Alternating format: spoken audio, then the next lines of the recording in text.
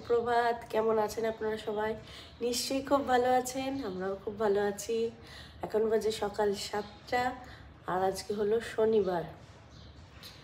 আজকে মেয়েদের স্কুল থাকে না, তবে এক্সাম চললে তখন মাঝে মাঝে স্কুল পড়ে। তো আজকে সেরকমই একটা দিন, ওদের এক্সাম আছে, ওরা এখন বেরিয়ে যাবে। কিন্তু আজকে তাড়াতাড়ি ছুটি, 9:30টায় ছুটি হয়ে যাবে, ওই জন্য আর টিফিনের ঝামেলা নেই। একটু ছাতুগুলো দেবো, ওরা এখন খেয়ে চলে যাক। আর জানেন তো, বাইরে হচ্ছে বৃষ্টি। এই বৃষ্টিটা না পড়লে ঠান্ডাটা ঠিক জাঁকিয়ে পড়ছিল না।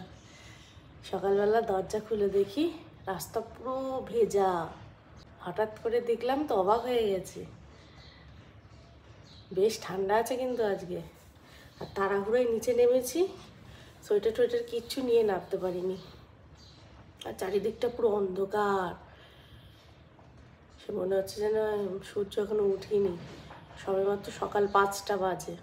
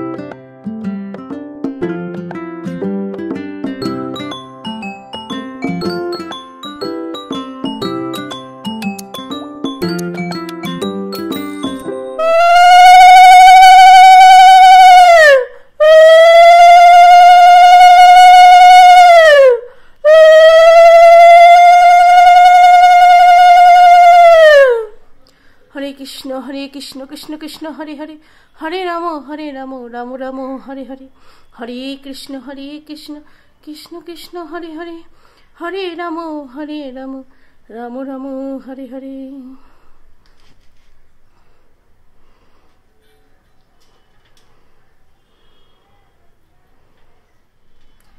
এইমাত্র ঠাকুর দিয়ে উঠলাম, আর ওয়েদারটা দেখছেন, পুরো একদম মেঘলা। বৃষ্টি তো হয়েই যাচ্ছে, গুড়ি গুড়ি গুড়ি গুড়ি। বৃষ্টিটা হওয়ার দরকার ছিল, তা নাহলে ঠান্ডাটা পড়তো না। আর স্নান করে উঠে আজকে রেডি হওয়ারও সময় পাইনি, তাড়াহুড়ো করে চলে এসেছি ঠাকুর দিতে। কি স্কিনে টান ধরছে। এবার যাব, গিয়ে রেডি হব, একটু মুখে ক্রিম মাখবো। ও শঙ্খ বাজাচ্ছি না, যে মুখটা ফুলছে, তুমি যেন টান ধরছে স্কিনটার মধ্যে। আর আজকে তারা রয়েছে, বললাম মারা আসবে, মারা এখানে খাবে আজকে, তো ওই জন্য আরও তারা রয়েছে। তাড়াহুড়ো করে ঘরের বাসি কাজ সেরে পুজো দিলাম। পুজো দিয়ে এবার নিচে যাব, রান্নাবান্না আছে। তো চলুন, আজকে আর ছাদে উঠবো না, বাবাই সকালবেলা জল দিয়ে দিয়েছে গাছে। আর মিষ্টুরা তো চলে এসছে, এখন ঘড়ির কাঁটা 10টার ঘরে। ওদের তো 9:30টায় ছুটি, ওরা এইমাত্র এলো, ওরাও এলো, আমি উপরে এলাম। তো চলুন ভিডিওটা দেখতে থাকুন। পুজো দিতে যাওয়ার আগে সমস্ত সবজি এখানে কেটে রেডি করেই গেছি। এখানে ফুলকপির তরকারি করব আজকে, যেহেতু শনিবার নিরামিষ। ফুলকপির তরকারি করব বলে এখানে ফুলকপি কেটে রেখেছি। এখানে ফুলকপির আলু আছে, এখানে উচ্ছে আলু ভাজবো। আর এখানে তো চাল ভিজিয়ে রেখেছি। এখানে ফুলকপির মশলার জন্য আদা টমেটো, আর এখানে থোর বটি করব। থোরটা কেটে রেখেছি, এবার নুন দিয়ে মাখিয়ে নেব। আমার যে থোর ভাজা কি ভালো লাগে। আর আজকে সরি, মা আসবে, বাবা কালকে গেছিলো আনতে, বললামই। আজকে মারা আসবে, 11টা ট্রেন ধরেছে। তো মারা এখানেই খাবে, এসে আবার রান্না করে খাবে। তো আমি বললাম এখানেই দুটো ডাল ভাত খেয়ে নিও, ওবেলা দেখা যাবে। এই যে থোড়ে নুন মাখিয়ে নিলাম। আমি কিন্তু আর রান্নার এক্সট্রা করে নুন ব্যবহার করি না, এখনই পরিমাণ মতন দিয়ে দিই, এতেই একদম পারফেক্ট নুন হয়ে যায়। একটুখানি মাখানো থাক, নরম হয়ে যাবে, তখন ভালো করে চটকে নেওয়া যাবে। আর আমি এই যার কাছ থেকে থোর নিই, ভদ্রলোক এত ভালো থোর দেয়, একদম কচি, কাটতেও সুবিধা, আর খেতেও ভালো লাগে। ওই এক একটা থোড় থাকে না, কচকচ কচকচ করে, এটা কিন্তু সেটা না। আর এদিকে ফুলকপিটাকে একটুখানি ভাপিয়ে নিই। নুন জলে একটু ভাপিয়ে নিলে গ্যাস অম্বলের অতটা প্রবলেম হয় না, কারণ ফুলকপি হলো গ্যাসের রাজা। এমনি শীতকালে সব কাঁথা কম্বল গায়ে দিয়ে থাকে, নর্মাল খাবার খেলেও গ্যাস অম্বল হয়ে যায়, সেই জায়গায় তো ফুলকপি। আর কালকেও ফুলকপি, না কাল খাওয়া হয়নি, পরশু ফুলকপি খাওয়া হয়েছে, আবার আজকে। ওই জন্য এমনিও আমি ফুলকপি রান্না করলে, সে যদি মাছের ঝোলেও দিই, ফুলকপিটা একটুখানি ভাপিয়ে নিই। নুন জলে একটু ভাপিয়ে নিলে কি হয়, এর ভিতরে যে ময়লাপাতি থাকে সেটাও বেরিয়ে যায়। আবার চিমনিটা ছেড়ে নিই।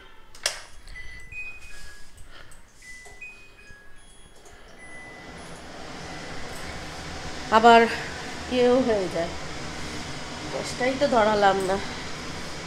হ্যাঁ, যেটা বলছিলাম, নুন জলে ভাপিয়ে নিলে এর ভিতরে সমস্ত ময়লা জীবাণু সব বেরিয়ে যায় এই জলের সাথে। আবার বাপানো ফুলকপি খেলে গ্যাস অম্বলটাও হয় না।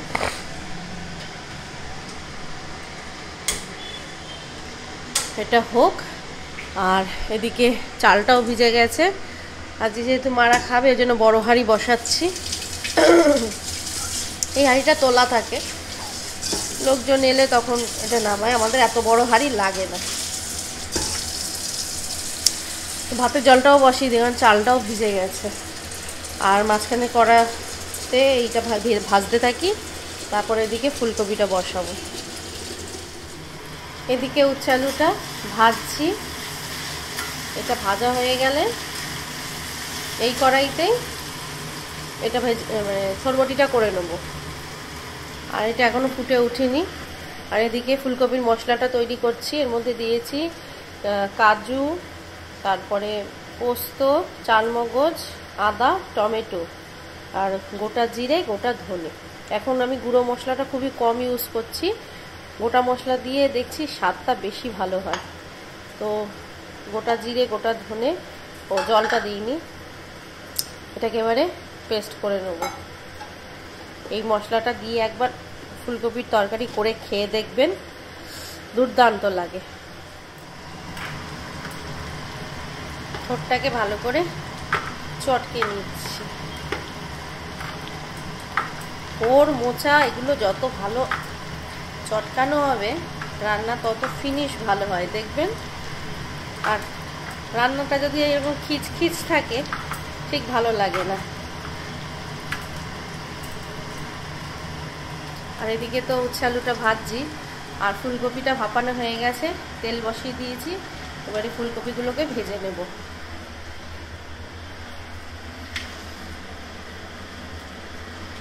তেল গরম হয়ে গেছে, কমিয়ে নিই।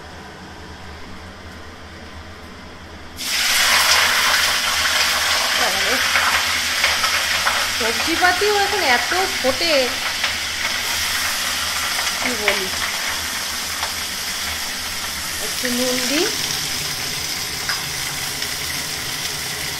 নুনের ডিবায় নুন শেষ হয়ে এসছে, ডিবাটা মাজবো বলে আর নতুন নুন ঢালতেও পারছি না।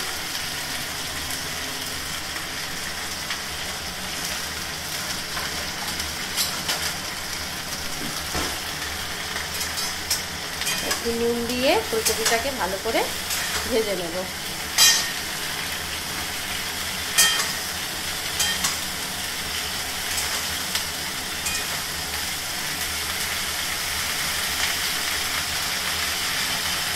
ভাজা ভাজা হতে থাক। উচ্ছে আলুটাও প্রায় হয়ে যাচ্ছে। চন্দ্রমুখী আলু না তাড়াতাড়ি সিদ্ধ হয়ে যায়,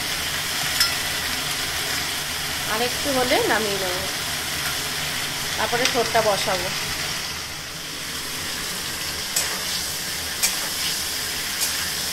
ফুলকপিটা ভাজতে থাকছি, এদিকে উচ্ছে আলুটা ভাজা হয়ে গেছে, এটাকে সরিয়ে দিই। এদিকে তেল গরম হয়ে গেছে, ফোড়নে দিয়ে দিচ্ছি দুটো শুকনো লঙ্কা, আর এখান থেকে দেব একটু সর্ষে।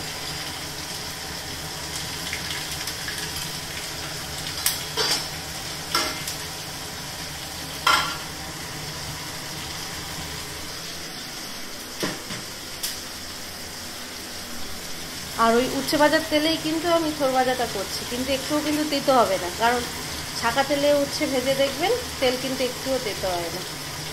এবারে চটকে রাখা ছোটটা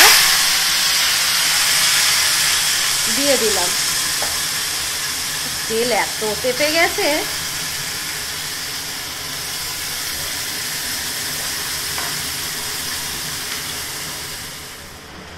আর এদিকে ফুলকপি ভাজা হয়ে গেছে। ফুলকপিটা তুলে নিয়ে গোটা সাদা জিরে ফোড়ন দিয়ে আলুটাকে একটু ভেজে নিলাম। এবারে যে মশলাটা তৈরি করে রেখেছি মশলাটা দিয়ে দেব।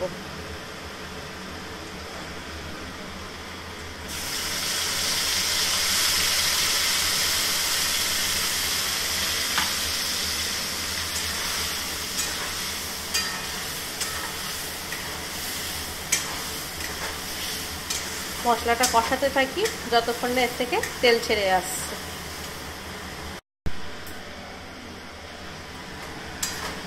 আর এদিকে তেল ছেড়ে এসছে মশলা থেকে, কালারটা দেখছেন দুর্দান্ত এসছে।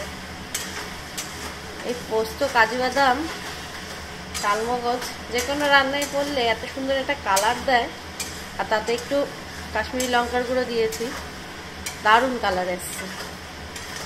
আর অল্প একটু হলুদ দিয়েছি। মশলাটা কষানো হয়ে গেছে। এবারে ভেজে রাখা ফুলকপিগুলো দিয়ে আরও খানিকক্ষণ একটু কষিয়ে নিয়ে তারপরে জল দিয়ে দেবো।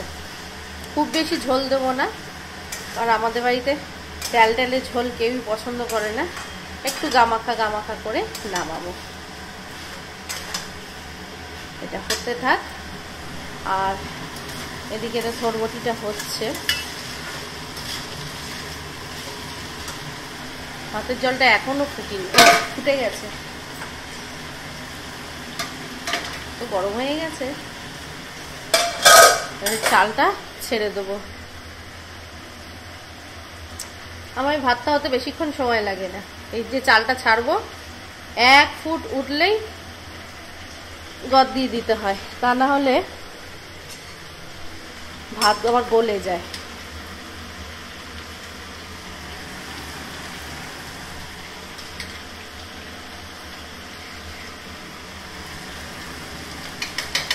চলুন চালটা ছেড়ে নিয়ে, হাতায় করে দিতে গেলে অনেকটা সময় লাগবে, এক হাতে তো দিতে পারবো না। চালটা ছেড়ে নিই। নামানোর আগে দিলাম একটু ধনেপাতা আর একটু অল্প মিষ্টি। আলু কপি সব সিদ্ধ হয়ে গেছে, একটুখানি ফুটিয়ে নিয়ে বন্ধ করে দেবো।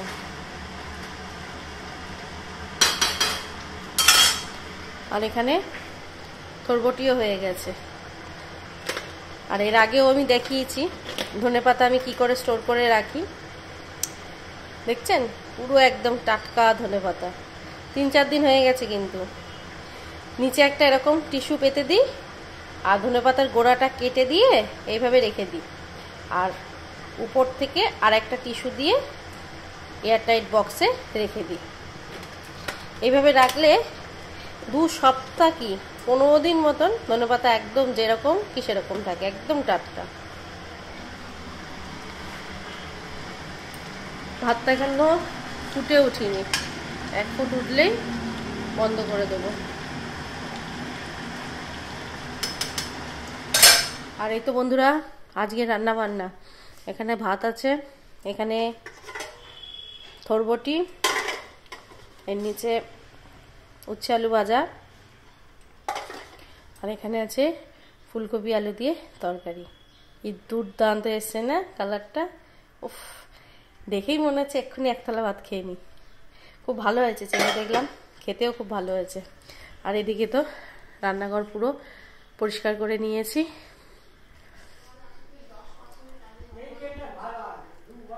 রান্নাবান্না তো হয়ে গেছে, এখন বাজে 1:45 মতো, মারাও চলে এসেছে। এবারে খেতে দেবো, সবাই মিলে একসাথেই বসবো। তো চলুন খাওয়ার দাওয়ার বাড়ি এবারে।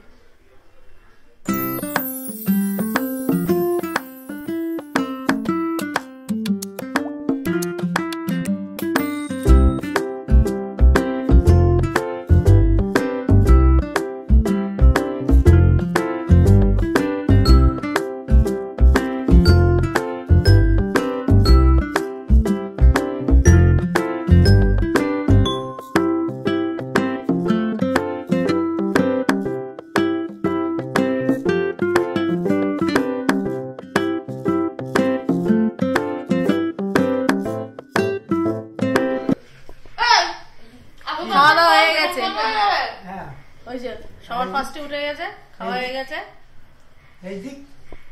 তুমি এদিকে থেকে করে যাও।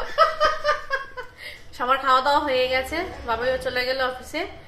আর এইমাত্র সমস্ত বাসন কোসন মেজে উঠলাম। রান্নাঘর একদম পরিষ্কারই আছে। এই যে খাওয়ার দাওয়া রেখে দিয়েছি, যেটুকুনি বেঁচেছে।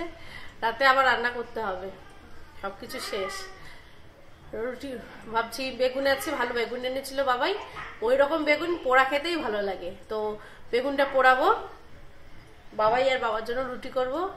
আর ভাত আছে, ভাত যা আছে হয়ে যাবে, শুধু একটু সোয়াবিনের তরকারি করব। আর যেহেতু শনিবার নিরামিষ। তো চলুন, ভিডিওটা আর বেশি বড় করছি না, ভিডিওটা এখানে স্টপ করলাম। সকলে খুব খুব খুব ভালো থাকবেন, সুস্থ থাকবেন। দেখা হচ্ছে নেক্সট একটা ব্লগে। ততক্ষণের জন্য টাটা।